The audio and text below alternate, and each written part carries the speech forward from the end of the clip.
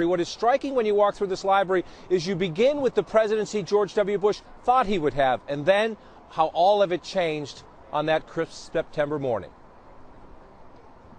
It's the turning point. This part of the library, the very beginning part, are the issues that we thought we'd be spending all of our time on. This is the state dinner with Mexico. We thought, of course, that our international relationships with Central and South America would be the ones we would focus on the most. And then, of course, we turn the corner here, and it's September 11th. So this big piece, is from the second tower. It's the 83rd floor, the point of impact.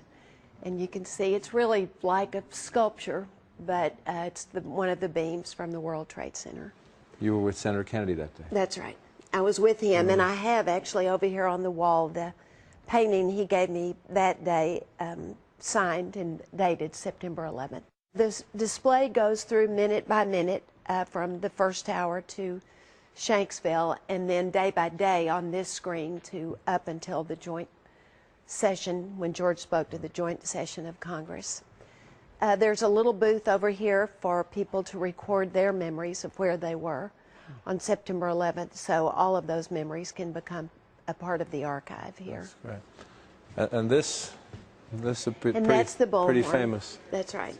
And some people think that in some ways that was, with the country at its lowest point, your husband hit his highest point. That's right. Well, I think it gave, I think that was just another example of how his leadership really helped us through those years and through that time.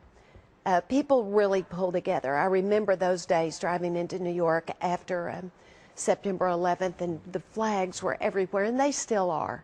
When I drive in still now to see my grandbaby, I hope, I still see those flags everywhere. This is a replica of the Oval Office as it was when George officed here. What is the president like when he comes in here? I think he really likes it a lot. Does he want to start barking out orders? Well, no, he still does that at home, but not really. Looks great, doesn't it? So it's a reproduction of the rug that we designed, and then if you look up, you'll see the seal on the ceiling, just like in the real Oval Office.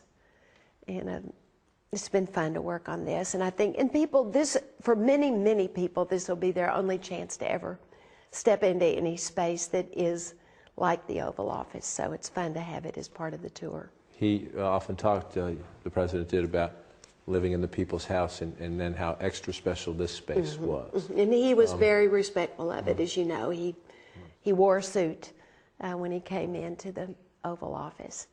He does the tour in here. It's his voice that you'll hear, and there are a lot of things about the Oval Office that he thinks represent what was important to him. Obviously, there are paintings of Texas on the wall, the Rio Grande in that painting, and the Alamo and the prickly pear cactus from Texas. But also he put two presidents, Washington over the mantle, and then President Lincoln, the president that you're most aware of when you live in the White House.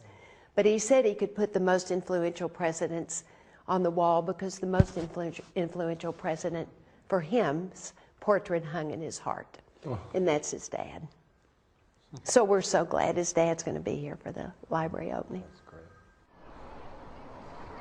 And Christine, having covered the first 6 years of the Bush presidency, I can tell you when they say exact replica of the Oval Office, they got it just right. I was half expecting the staff to beam in and yell at me, don't ask any questions in the Oval Office. And a few other key points. There's a Decision Points Theater where you can walk in as a visitor into this theater and get the advice President Bush received about Iraq, get the advice he received about Katrina, and make your own decisions about whether you would agree or disagree with what the president did. And one thing that will be somewhat controversial, when you're in that War of Terror room, the timeline from 9/11, you go seamlessly from that bullhorn just steps away to pictures of Saddam Hussein, obviously the Iraq War. So the president knows as he opens this library today, he is trying to make his statement about how he hopes history will judge his legacy. But Christine, they're also likely to stir up some of the old controversies as well.